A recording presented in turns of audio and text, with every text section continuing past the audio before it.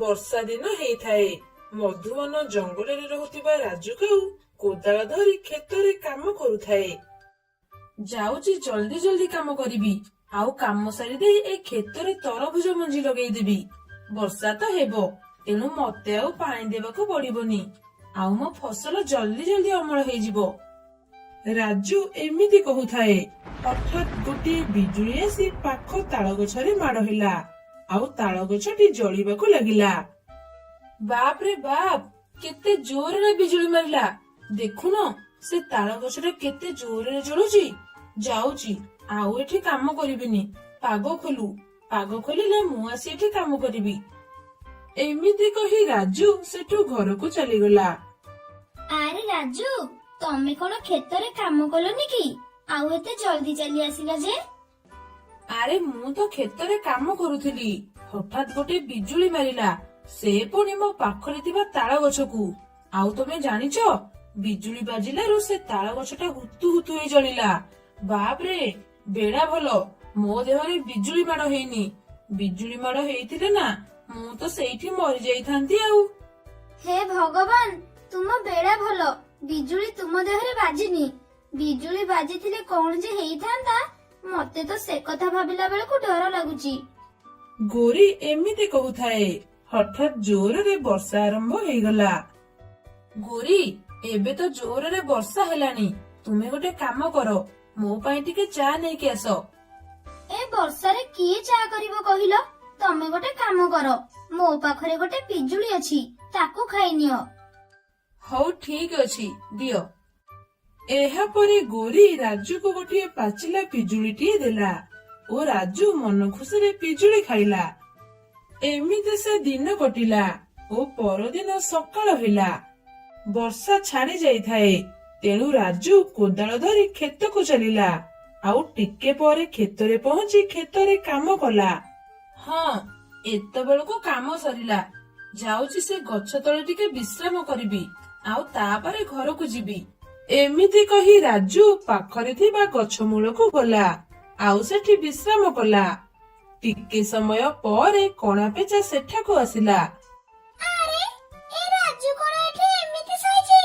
ରାଜୁ, ଏ ରାଜୁ, ଆରେ ରାଜୁ, ତୁ ଏଠି ଏମିତି କାହିଁକି ଶୋଇଛୁ?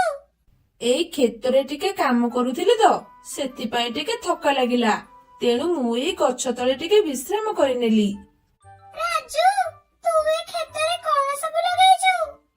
ମୁଁ ଏ କ୍ଷେତରେ ତରଭୁଜ ଲଗେଇଛି। ତୁ ତୋ କ୍ଷେତରେ ତରଭୁଜ ଲଗେଇଛୁ?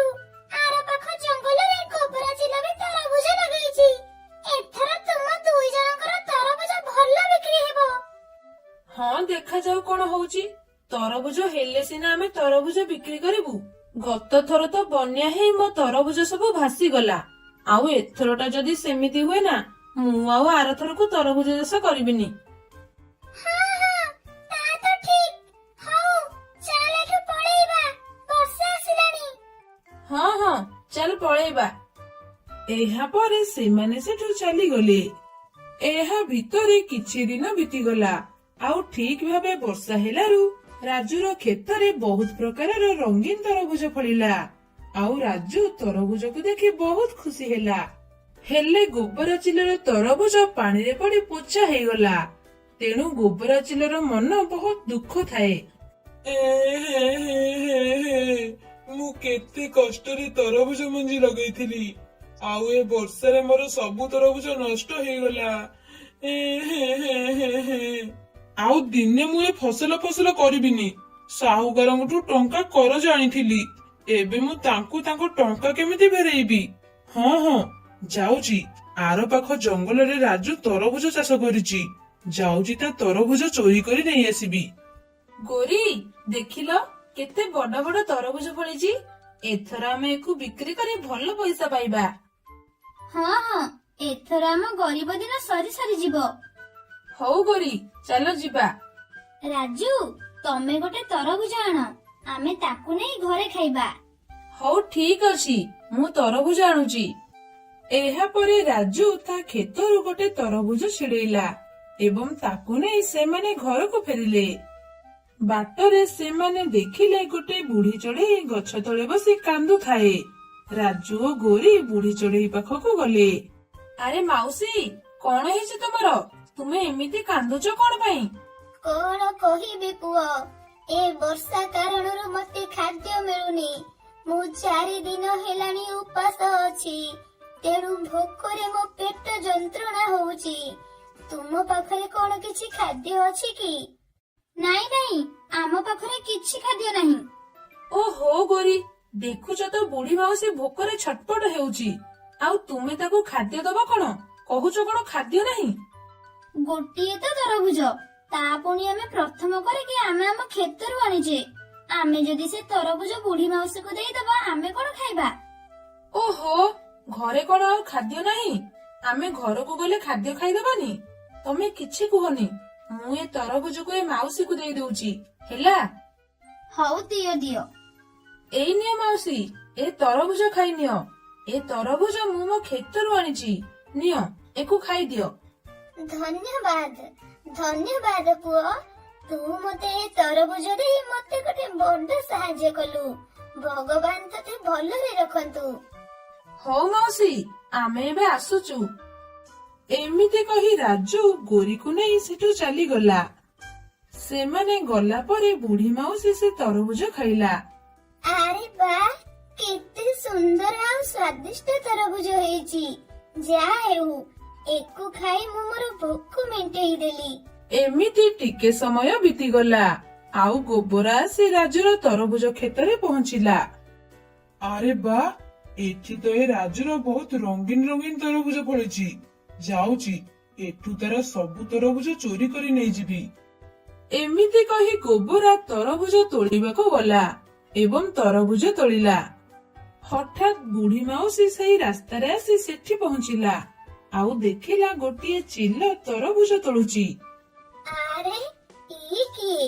ଆଉ ଇଏ କୋଉଠାର? ଆଉ ଇଏ ଏଠି ଏମିତି ତରତର ହେଇ ତରଭୁଜ ତୋଳୁଛି କଣ ପାଇଁ? ଇଏ ଆଉ ତରଭୁଜ ଚୋରି କରୁନି ତ? ମତେ ଲାଗୁଛି ଇଏ ଏଠି ତରଭୁଜ ଚୋରି କରୁଛି। ହେଲେ ଏ କ୍ଷେତ କାହାର? ହଁ, ଏ କ୍ଷେତ ସେଇ ରାଜୁର ହିଁ ହେଇଥିବ।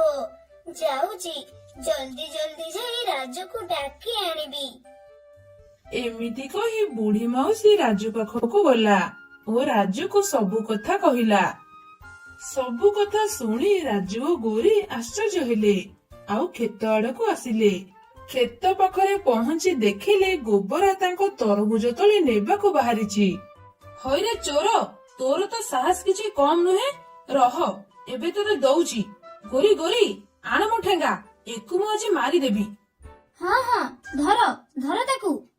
ବାପରେ, ଏମାନେ ତ ମତେ ମାରିଦେବେ। ଯାଉଛି, ଏଠୁ ପଳେଇବି। ଏମିତି କହି ଗୋବରା ସେଠୁ ପ୍ରାଣ ନେଇ ଉଡି ଚାଲିଗଲା। ଚୋର କୋଉଠିକାର ଭୟରେ ପଳେଇଲା।